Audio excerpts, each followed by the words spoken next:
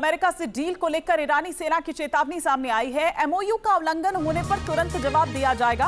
हमारी तैयारी पहले से और ज्यादा मजबूत है। ईरान यहां पर, और ईरान दरअसल ये दिखाना चाह रहा है कि देखिए हमने दुश्मन को किस तरह से झुका दिया। दुश्मन हमारी शर्तों को मानने के लिए, हमारी बातों को मानने के लिए किस तरह से मजबूर हो गया। ये कल भी बात निकल कर सामने आई थी और ये कहा गया था ईरान द्वारा कि अपर हैंड उसका है, उसने दुश्मन को झुका दिया है, बात मानने को मजबूर हो गया है दुश्मन। ये बयान सामने आया था और वो ये बता रहा है कि अगर जरा भी इस बार एमओयू का उल्लंघन होता है तो तुरंत जवाब दिया जाएगा। हमारी तैयारी तो पहले से भी और ज्यादा मजबूत है। तो साफ चेतावनी देते हुए ईरान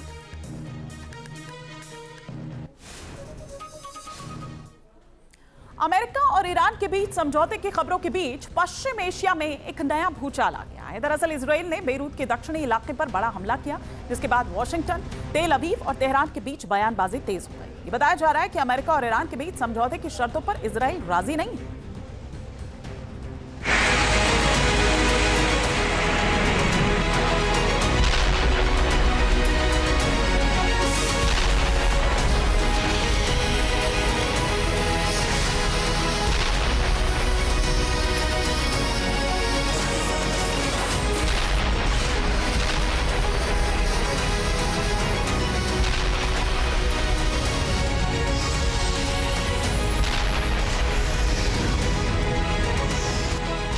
बेरूत पर इजरायली हमले ने पश्चिम एशिया का तापमान एक बार फिर बढ़ा दिया।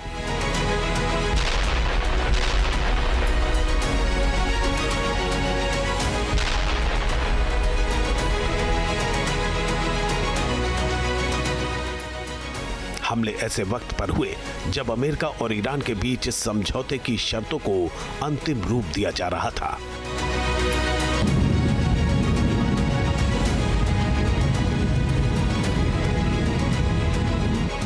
इस हमले के बाद ईरान का गुस्सा भड़क गया और उसने इजरायल पर हमला करने के लिए मिसाइलें तैयार कर ली थी।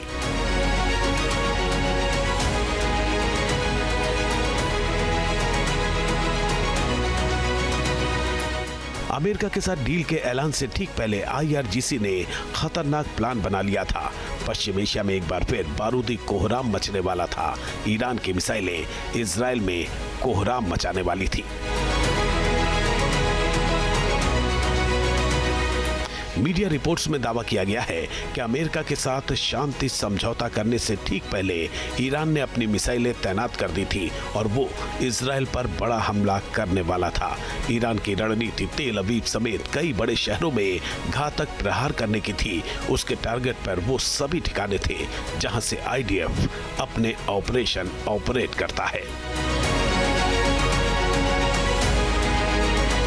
अमेरिकी उपराष्ट्रपति JD वैंस ने भी इस बात की पुष्टि की है कि ईरान ने लेबनान में हुए इजरायली हमले की पलटवार की तैयारी पूरी कर ली थी। फॉक्स न्यूज से बातचीत में उन्होंने बताया कि बेरूत पर हमले के बाद ईरान की मिसाइलें इजरायल पर हमले के लिए तैयार थी।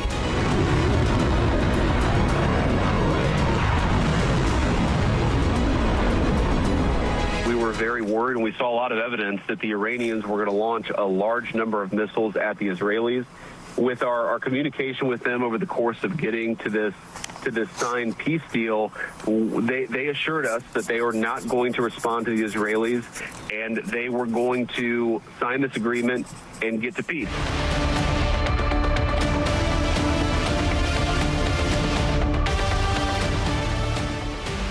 बताया जा रहा है कि आखिरी वक्त में अमेरिकी भरोसा मिलने के बाद ईरान ने अपने कदम पीछे खींच लिए। हालांकि मिडिल ईस्ट में विनाश का खतरा अभी टला नहीं है।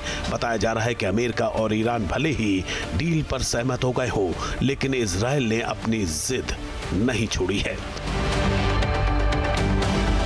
इजरायली मीडिया के मुताबिक प्रधानमंत्री बेंजामिन नेतन्याहू ने अमेरिकी राष्ट्रपति डोनाल्ड ट्रंप से बातचीत में साफ कर दिया है कि अमेरिका और ईरान के बीच होने वाले किसी भी समझौते की लेबनान संबंधी शर्तें इजरायल पर बाध्यकारी नहीं होंगी।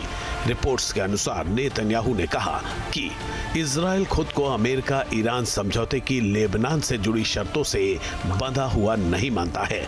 इजरायली सेना दक्षिणी लेबनान से पीछे नहीं हटेगी और हिजबुल्लाह से आने के लिए सैन्य कार्रवाई जारी रखेगी।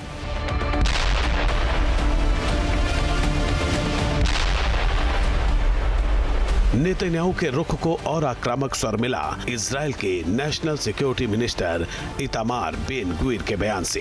बेन गुविर ने कहा कि ट्रंप का समझौता हम पर लागू नहीं होता। इजराइल अमेरिका के अधीन नहीं है। हम एक स्वतंत्र और संप्रभु राष्ट्र हैं। हम अमेरिका से प्रेम करते हैं, राष्ट्रपति ट्रंप के आभारी हैं, लेकिन इजराइल कोई बनाना रिपब्लिक नहीं है जो किसी दूसरे देश के निर्देश पर अपनी सुरक्षा नीति तय करे।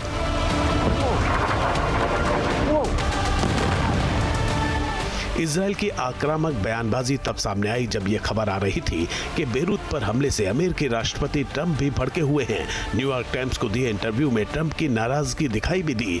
ट्रंप ने इंटरव्यू में नेतन्याहू को बहुत मुश्किल व्यक्ति बताया। ट्रंप ने कहा कि नेतन्याहू को हमारा शुक्रगुजार होना चाहिए। अगर ईरान के पास परमाणु हथियार होता तो इजराइल 2 घंटे भी नहीं टिकता।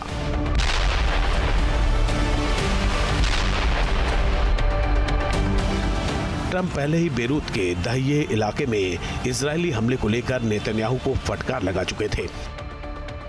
इस हमले से युद्ध खत्म करने, हॉर्मुज स्ट्रेट को फिर से खोलने और आगे परमाणु बातचीत शुरू करने के मकसद से बन रहे अमेरिका ईरान समझौते के पटरी से उतरने का खतरा पैदा हो गया था।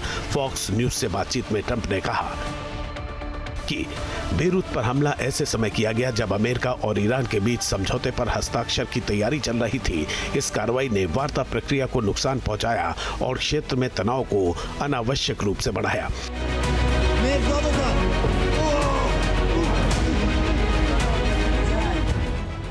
उधर तेहरान से भी लगातार कड़े संदेश सामने आ रहे हैं। खतम अनबिया मुख्यालय ने दावा किया है कि ईरान के मिसाइल, नौसैनिक, ड्रोन और एयर डिफेंस की क्षमताएं पहले से कहीं ज्यादा ताकतवर हैं और सुप्रीम लीडर के आदेश पर सशस्त्र सेनाएं ट्रिगर दबाने को तैयार हैं। ईरानी सेना ने कहा कि यरूशलेम को जीतने और शहीद इमाम खामेनी के खून का बदला लेने का पवित्र मकसद कभी नहीं भुलाया जाएगा।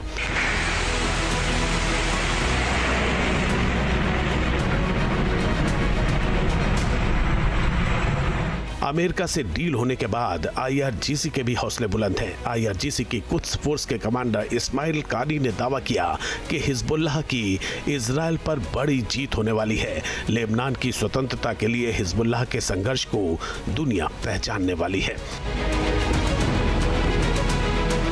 दरअसल ईरान ने साफ कह दिया था कि लेबनान में हमले रोके बिना कोई समझौता नहीं हो सकता। अमेरिका ने हमले रोकने का भरोसा भी दिया था, लेकिन इजराइल नहीं माना। ईरान अब भी हिजबुल्लाह के साथ मजबूती से खड़ा दिख रहा है। ईरान की सुप्रीम नेशनल सिक्योरिटी काउंसिल के प्रमुख इब्राहिम जोलगादर ने कहा है कि इस्लाम के योद्धाओं का जवाब आना अभी बाकी है। अलग अलग मोर्चों की एकता ने इस क्षेत्र में एक सुरक्षा घेरा बनाया है। लेबनान हमारी जान है और इस्लामिक रिपब्लिक की रेड लाइंस का उल्लंघन बर्दाश्त नहीं किया जाएगा। इससे पहले सुप्रीम लीडर मुस्तफा खामनेई के राजनीतिक सलाहकार अली अकबर वेलायती का भी कड़ा बयान सामने आया था। उन्होंने लेबनान में संघर्ष न रुकने पर हॉर्मुज स्ट्रेट और बाब अल मंदेब जैसे रणनीतिक समुद्री मार्गों को ब्लॉक करने की धमकी दी थी। संकेत साफ है कि जहां अमेरिका ईरान के साथ समझौते के जरिए क्षेत्रीय तनाव कम करना चाहता है, वहीं इजराइल अपने सुरक्षा हितों को किसी भी समझौते से ऊपर रख रहा है। इसी कारण पहली बार सार्वजनिक तौर पर ट्रंप और नेतन्याहू आमने सामने खड़े दिखाई दे रहे हैं। अब जो हालात हैं वो बता रहे हैं कि इजराइल हिजबुल्लाह का खात्मा किए बिना नहीं रुकेगा। जानकारों का मानना है कि अगर ईरान के प्रॉक्सी गुटों और इजराइल के बीच सैन्य टकराव बढ़ता है तो इसका असर सिर्फ लेबनान तक सीमित नहीं रहेगा, बल्कि हॉर्मुज, लाल सागर और पूरे पश्चिम एशिया की सुरक्षा पर पड़ सकता है।